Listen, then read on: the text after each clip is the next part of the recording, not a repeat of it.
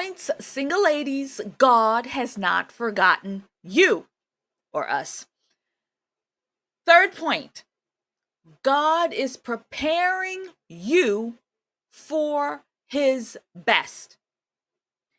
While you wait, God is at work, not just around you, but within you as well. He may be refining your character. He may be deepening your faith. He may be healing old wounds that you didn't even know you had. Trust that the time you spend waiting is not in vain. It is not wasted. I have to say that I recently experienced some of these things that God was working out in me, old wounds, old hurts, old feelings, old walls.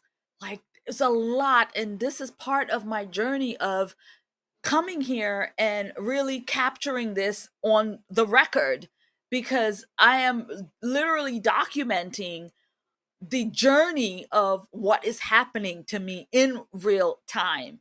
So God is preparing me. He is making me his best right now. So yes, the time isn't wasted. It is a season of preparation, pruning and growth, right? And so God's best for you is worth waiting for because I'm telling you, it's getting there. A godly marriage requires two people healed and ready to come together as we touch based on in 3. Yes, we have to become perfection in God's eyes so that everything is prepared, everything is together, our mental state, our health, our physical, everything is worked out so that when our man comes, he is ready and we are ready to come together, right? So, if God is shaping your heart or your heart of the man he has for you, he is working on both of you.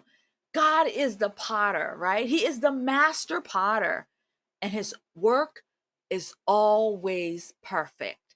So know that you will be refined to be the perfect person for your mate, and your mate will be refined to be the perfect mate for you. And therefore, bringing two strong, godly, capable, healed people together and in a godly marriage. Exciting stuff, friends!